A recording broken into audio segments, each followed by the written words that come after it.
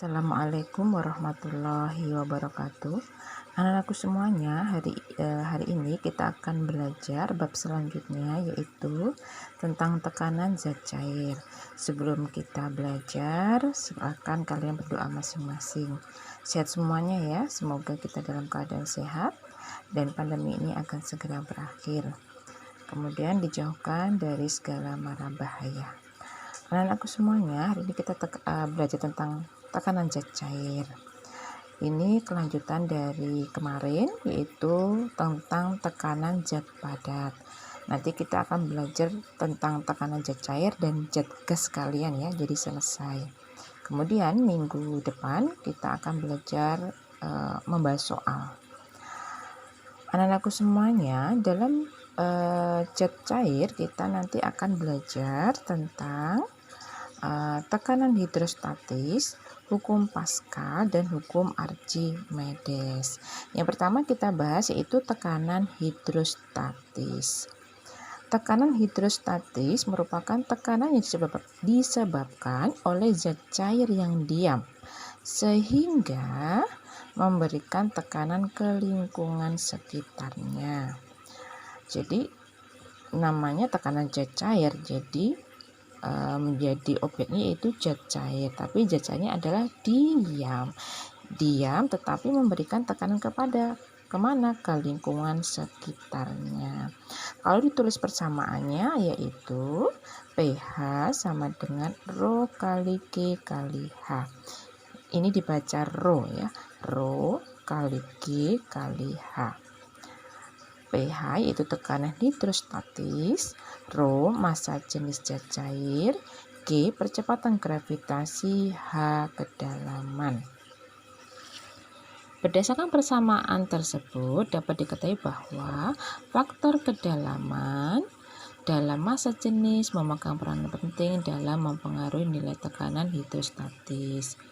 Pengetahuan tentang tekanan hidrostatis ini sangat penting, salah satunya ketika pembangunan bendungan untuk pembangkit listrik tenaga air atau PLTA.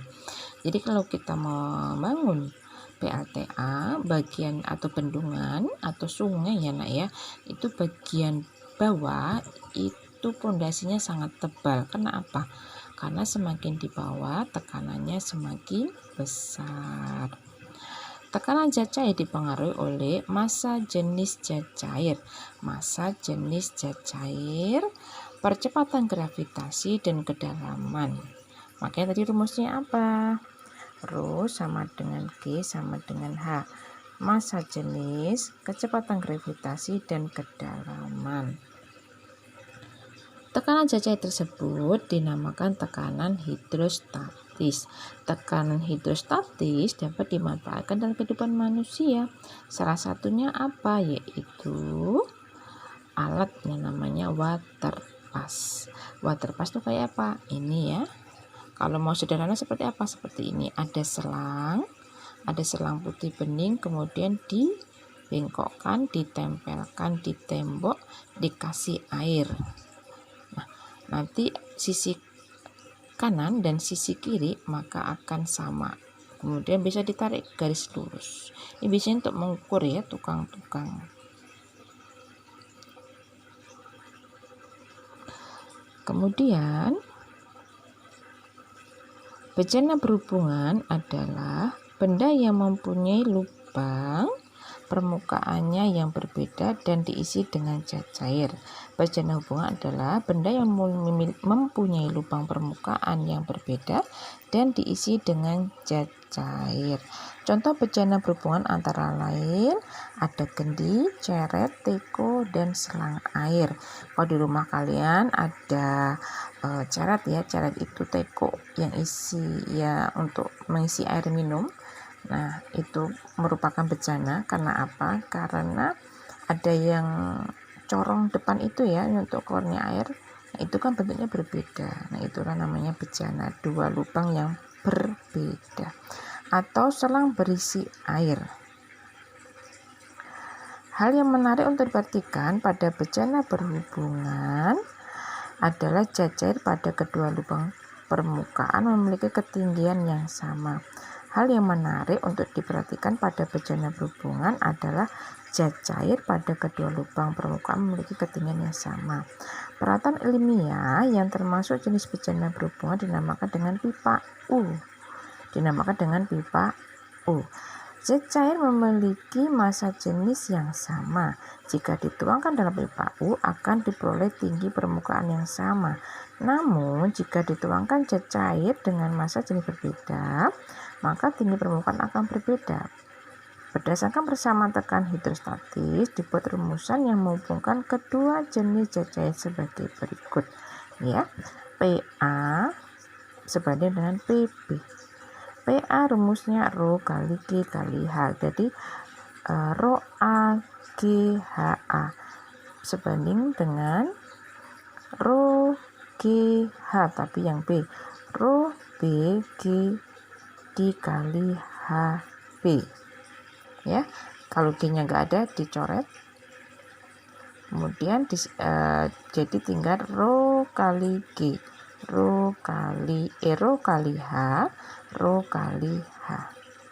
Ini tadi ya. Jadi salah satu contoh bejana berhubungan adalah selang berisi air. Peralatan ilmiah yang termasuk bejana berhubungan itu namanya pipa U. Ini ya contohnya pipa U. Ini pipa ya, bukan selang. Ini pipa tapi bentuknya seperti huruf U. Kemudian pipa U ini ketika diisi dengan air maka permukaannya sama.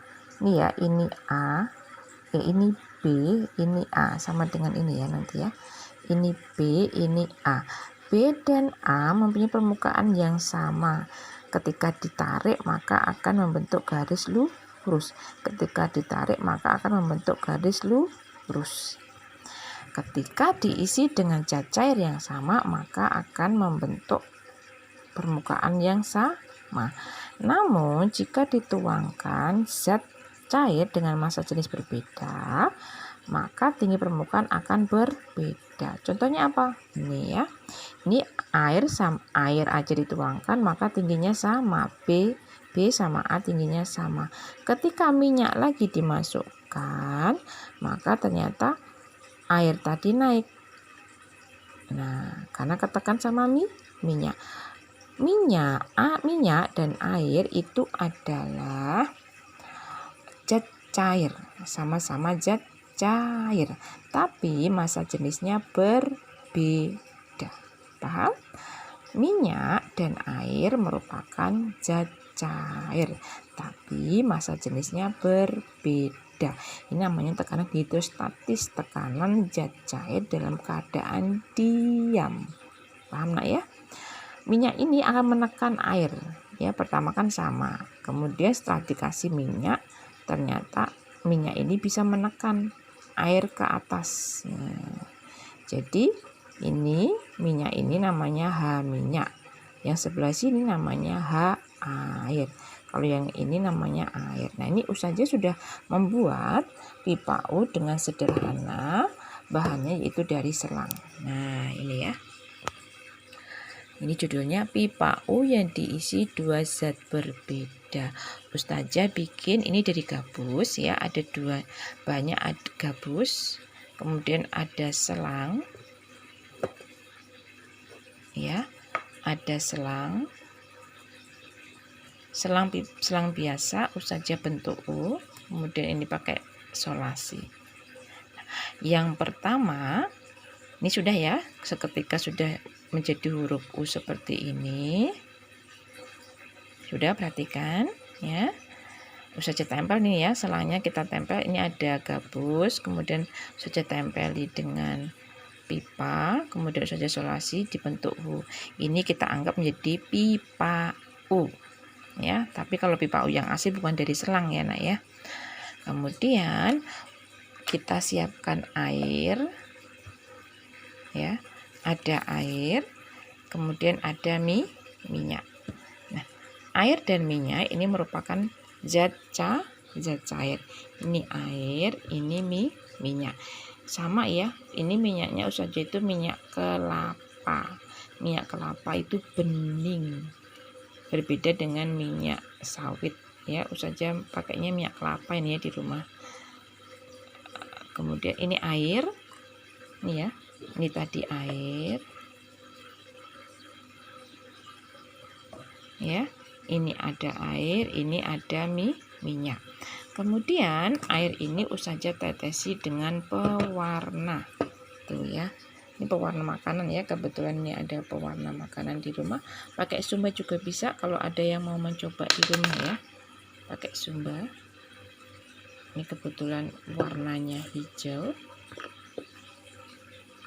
Kalau mau pakai pewarna Sumba itu juga bagus saja, karena kebetulan di rumah Ustazah adanya ini. Nah, kita aduk. Nah, kemudian air ini kita masukkan ke dalam ya, ke dalam pipa pakai pipet tetes tuh ya. Nah, ini karena Ustazah nggak ada yang bantuin nak ya, jadi ya begini aja ya.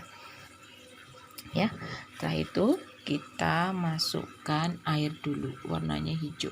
Nah ya, pakai pipet tetes begini. Ini namanya pipet tetes ya. Nah, untuk ngambil air. Nah, kalau kita pencet dia keluar. Kita ambil lagi. Nah, ya, untuk memasukkan airnya ke dalam pipa biar gampang pakai pipet tetes gini ya. Oke. Sudah ya. Nah, setelah kita isi air, pertama setelah kita isi air, ternyata tadi di sini B A ya. Ini sisi kiri, ini sisi kanan. Pertama tadi air yang warna hijau ini sama tingginya. Karena apa? Massa jenisnya sama. Tapi setelah itu Ustazah isi lagi dengan minyak ya. Nah, Ustazah isi bagian B dengan minyak ya, pakai pipet begini. Nah, ternyata setelah diisi minyak, maka air ini tertekan. Tuh, dia naik ke sini. Gitu ya. Jadi pertama tadi A, kalau sama massa jenisnya yaitu B sama B, jadi dia datar sama. Setelah Ustazah isi minyak ya, ternyata minyak ini menekan. Kelihatan ya ini ya. Ini batas minyaknya. Ternyata minyak ini menekan air untuk naik ke atas. Tuh ya. Sehingga nah ini batas antara minyak sama minyak disebut dengan H minyak. H itu apa? H itu apa H? H itu adalah kedalaman. Terus yang batas ini, nah ini kita tarik seperti ini. Jadi antara ujung paling atas, tinggi paling atas sampai dia batas kenaikannya tadi, maka disebut dengan H air. Ya. Jadi apa yang Ustazah bikin ini adalah sama dengan yang ada di buku. Paham semuanya? Pintar ya. Kalau mau bikin di rumah boleh, silahkan ya, bahannya sangat sederhana. Pipa itu Ustazah beli 1 meter, harganya 3.000 aja, dan kebetulan di rumah ada gabus, jadi nggak usah beli. Ya, demikian tadi anak-anakku semuanya, itu tentang hidrostatis, tentang tekanan hidrostatis.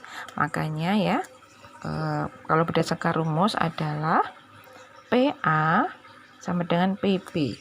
Ini ya, PA sama dengan PB. PA itu rumusnya adalah Rho kali G kali H. PB juga sama, rumusnya adalah Rho kali G kali H, gitu ya. Rho B, G, H, B.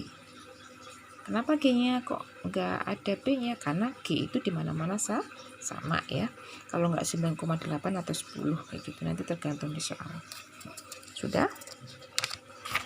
Sekarang kita lanjut pembahasan berikutnya, yaitu, nah ini sebenarnya nih ya, Nah, ini menganalisis tekanan hidrostatis pada kedalaman tertentu. Ini kalau kalian mau percobaan boleh silahkan di rumah. Sekarang kita masuk ke selanjutnya tentang tekanan zat cair adalah hukum Archimedes. Zat cair mempunyai kemampuan memberikan tekanan pada benda-benda di sekitarnya. Selain itu, zat cair juga mempunyai gaya yang ditunjukkan ke benda-benda di sekitarnya. Jadi, zat cair mempunyai kemampuan memberikan tekanan pada benda-benda di sekitarnya. Selain itu, zat cair juga mempunyai gaya yang ditunjukkan ke benda-benda di sekitarnya. Pembahasan tentang hal ini cukup menarik karena apa? Melibatkan berbagai peristiwa di sekitar. Salah satu konsep dasar yang mendasari pembahasan ini yaitu hukum Archimedes. Hukum ini menjelaskan hubungan besar gaya yang diberikan zat cair terhadap benda setelah terjadinya interaksi. Hukum ini menjelaskan hubungan besar gaya yang diberikan zat cair terhadap benda setelah terjadinya interaksi. Jadi terjadinya gaya yang diberikan zat cair terhadap suatu benda setelah zat cair tersebut melakukan sebuah interaksi. Jadi hukum Archimedes bunyinya adalah zat cair akan memberikan gaya angkat terhadap suatu benda yang bernilai sama dengan berat zat cair yang dipindahkan. Zat cair akan memberikan gaya angkat kepada suatu benda yang bernilai sama dengan berat zat cair yang dipindahkan. Ini artinya zat cair akan memberikan suatu gaya kepada suatu benda ketika terjadi suatu interaksi. Berdasarkan hukum Archimedes, maka gaya Archimedes dirumuskan sebagai berikut. Fa sama dengan Rho cair kali G kali V cair, atau Fa sama dengan W udara min W cair. Fa tadi apa? Gaya Archimedes. W udara, berat benda di udara. W cair, berat benda di cair. Rho cair, massa jenis zat cair. Rho ya, massa jenis kayak tadi ya, air tuh massa jenis G, percepatan gravitasi. V cair sama dengan volume air yang dipindahkan ya. Kalau W udara berarti contohnya ini ya. Nah, ini balon udara nih. Tuh. Gaya Archimedes dipengaruhi adanya gaya berat benda. Adanya gaya berat mempengaruhi tekanan di sekitarnya. Selain gaya berat, hukum Archimedes akan mempelajari gaya angkat. Nah, ini ya. Selain gaya berat, hukum Archimedes akan mempengaruhi gaya angkat. Dalam mempelajari gaya angkat tidak terlepas dari pembahasan fenomena ketika benda dimasukkan ke dalam air seperti terapung, melayang, dan tenggelam. Ya. Dalam mempelajari gaya angkat tidak terlepas dari pembahasan fenomena-fenomena ketika benda dimasukkan ke dalam air seperti terapung, melayang, dan tenggelam. Nah, ini kita saja bacakan dulu nanti teorinya, setelah itu kita akan praktek ya. Nanti tugas kalian di rumah praktikum tentang terapung, melayang, dan tenggelam, dibuat videonya kemudian dikumpulkan ke Ustazah Sulis ya. Itu sebagai tugas yang kedua ini. Terapung. Istilah ini digunakan untuk benda dengan apabila sebagian volume benda tercelup dalam zat cair dan sebagian lainnya di permukaan zat cair. Ketika benda terapung, massa jenis benda lebih kecil dibandingkan massa jenis air. Massa jenis benda lebih kecil dibandingkan massa jenis air, atau rho benda lebih kecil rho zat cair. Maka rumusnya ini ya. Ini kalau terapung itu rumusnya adalah rho benda lebih kecil daripada rho zat cair. Jadi bendanya lebih kecil daripada berat airnya. Kalau melayang, Melayang menggambarkan letak benda dalam cat cair yang berada di antara permukaan air dan dasar air. Melayang disebabkan karena massa jenis benda sama dengan massa jenis cat cair. Rho benda sama dengan rho cat cair. Jadi antara benda dan cat cair itu sama beratnya, maka benda akan melayang. Kalau bendanya lebih kecil maka terapung. Kalau benda sama cat cair sama maka melayang. Ini ya, benda sama dengan cat cair yaitu melayang. Sekarang kalau tenggelam. Benda kalau dikatakan tenggelam apabila tenggelam menandakan letak benda berada di dasar wadah cat cair. Kondisi ini disebabkan massa jenis benda lebih besar dibandingkan massa jenis cat cair. Nih ya, rho benda lebih besar pada rho cat cair. Kalau bendanya lebih berat, maka bendanya akan tenggelam. Nah, kalau yang ini ya, nanti silakan di YouTube. Di YouTube itu banyak sekali percobaan-percobaan tentang hukum Archimedes, yaitu tentang fenomena terapung, melayang, dan tenggelam. Oke ya, sekarang Ustazah ini beritahu tugas kalian apa nanti di rumah ini ya. Bikin videonya yaitu tentang peristiwa terapung, melayang, dan tenggelam. Ini ada 3 telur, kemudian 3 gelas yang kita isi air, sudah. Kemudian ada garam, ya.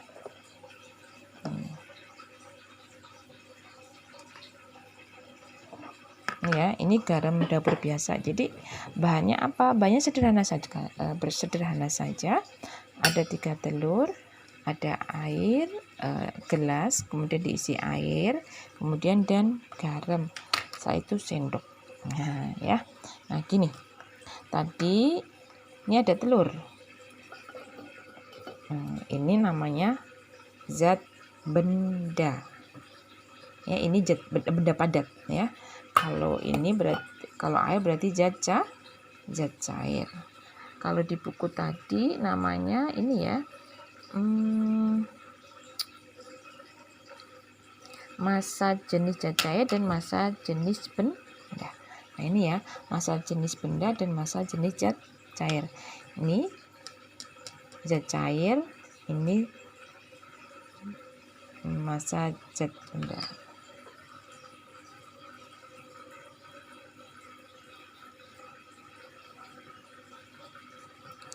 Sudah? Nah, ini ya. Nah, sekarang kita masukkan telur ke dalam salah satu gelas. Apa yang terjadi? Iya. Ternyata telurnya apa ini? Ke dasar permukaan. Ternyata telurnya jatuh ke dasar permukaan. Iya. Nah, ke dasar permukaannya ini karena apa? Nah, tadi teorinya kalau di dasar permukaan itu berarti namanya tenggelam. Karena apa? Karena massa benda lebih berat daripada massa zat cair. Ini ya, massa benda telur lebih berat daripada massa zat cair. Maka benda ini tenggelam. Nah, terus gimana untuk peristiwa terapung dan melayangnya? Kita menggunakan gelas yang 2 ini ya, 1, 2. Nah, ini tugas kalian berarti. Tugas kalian di rumah. Ini ya, tugas kalian di rumah nanti percobaan. Nah, ini ada garam. Apa fungsinya garam? Garam kita masukkan ke gelas. Kemudian kita aduk. Tuh ya. Kita aduk sampai dia larut. Kemudian setelah itu ini setelah larut ya, kita coba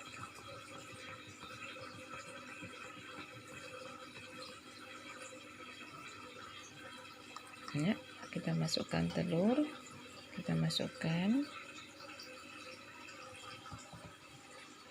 Masih sama? Iya, ternyata masih sama. Apa? Tenggelam ya telurnya ya? Iya, telurnya ternyata sama, yaitu masih tenggelam. Kalau gitu, tadi 1 sendok ya, kita hitung ya 1 sendok. Nah, sekarang kita berikan, kita kasih garam lagi. Jadi berapa nih? 2 sendok. Tugas kalian itu adalah menambahkan ke gelas masing-masing ini ya. Ini gelas A, gelas B, gelas C. Nanti tenggelam A, terapung B, melayang C. Ingat-ingat ya. Tenggelam A. Yang B ini adalah terapung. Yang ini adalah melayang. Kalian kasih garam. Garamnya dihitung berapa banyak garam agar benda ini bisa terapung. Bisa 2 sendok, bisa 3 sendok, bisa 4 sendok dan sebagainya, nanti dijelaskan ya. Nah, kemudian nanti di sini juga sama, di sini juga kasih garam ya. Dikasih garam sampai telur itu bisa apa tadi? Melayang. Itu berapa sendok garam? Ya tadi sudah 2 ya. Kemudian dikirim videonya ya ke Ustazah.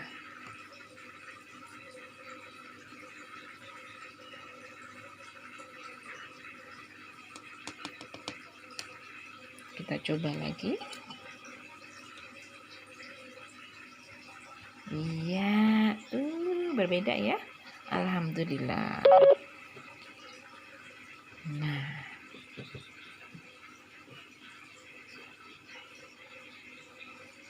tuh sudah. Sekarang tugasnya di sini lagi.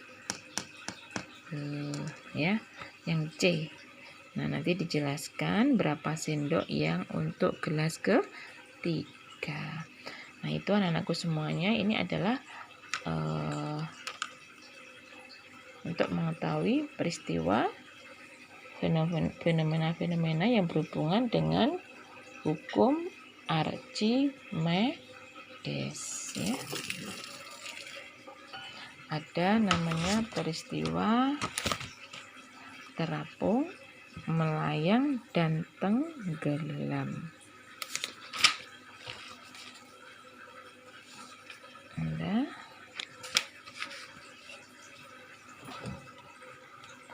Ini ya, kalau di buku juga ada. Konsep terapung, melayang, dan tenggelam menginspirasi manusia untuk membuat kapal laut atau kapal selam. Pada kapal laut, kapal dapat dianggap sebagai balok yang terapung di permukaan air. Badan kapal laut sebagian besar terbuat dari besi atau baja. Massa jenis besi atau baja lebih besar daripada massa jenis air. Tetapi mengapa kapal laut dapat terapung? Yuk, kenapa ya? Padahal besi dan baja itu kan lebih berat. Nah, sedangkan air itu lebih kecil. Tapi kok kenapa bisa terapung? Nah, ini. Agar kapal laut dapat terapung, bagian dalam badan kapal laut dibuat berongga. Rongga ini berisi udara yang memiliki massa jenis lebih kecil daripada air. Dengan adanya rongga ini, massa jenis rata-rata badan kapal laut dapat dibuat lebih kecil daripada massa jenis air. Jadi, rho badan kapal lebih kecil daripada rho air. Dengan massa jenis badan kapal yang lebih kecil daripada massa jenis air itu, maka diperoleh berat kapal atau W lebih kecil daripada gaya ke atas atau FA dari air, sehingga kapal laut itu dapat tetap terapung di permukaan air. Gitu ya anak-anakku semuanya ya. Ini juga sama ya. Pada kapal selam, kapal ini didesain memiliki tangki balas. Tangki balas berfungsi menyimpan udara dan air ya. Ini silahkan dibaca. Sekarang yang ketiga yaitu hukum Pascal. Nih ya, kamu telah melakukan kegiatan berhubungan dengan hukum Pascal. Nah ini ya saat ini dilakukan, sehingga kamu dapat mengetahui konsep dasar dari hukum Pascal. Tekanan zat cair juga dipengaruhi oleh tekanan udara di sekelilingnya. Sifat zat cair yang tertekan akan meneruskan tekanannya ke segala arah dengan sama besar. Secara khusus, zat cair yang berada di ruang tertutup jika ditekan akan menghasilkan tekanan yang sama besar ke segala arah. Jika dalam tabung terdapat zat cair yang diberi tekanan, tekanan tersebut akan diteruskan ke dinding seluruh tabung dengan besar yang sama. Peristiwa ini diteliti oleh Blaise Pascal, seorang ilmuwan Prancis, dengan hukumnya yang berbunyi tekanan yang diberikan zat cair pada ruang tertentu akan diteruskan ke titik dalam fluida dan bejana. Maka persamaannya adalah F1 per A1 F2 per A2. Nah ini rumus hukum Pascal ya. Hukum Pascal itu contohnya yaitu dongkrak hidrolik atau rem hidrolik. Oke, nanti silakan dicari, bisa di YouTube atau di mana dongkrak hidrolik itu seperti apa gitu ya. Ini juga tekanan zat cair juga ya. Jadi tekanan zat cair yang diberikan zat cair, tekanan yang diberikan zat cair pada ruang tertutup akan diteruskan ke titik dalam fluida dan bejana. Tuh ya. Sekarang tekanan zat gas. Gas itu juga bisa menekan ya. Aplikasi tekanan gas yang ada di sekitarmu, misalnya balon yang mengembang ketika ditiup.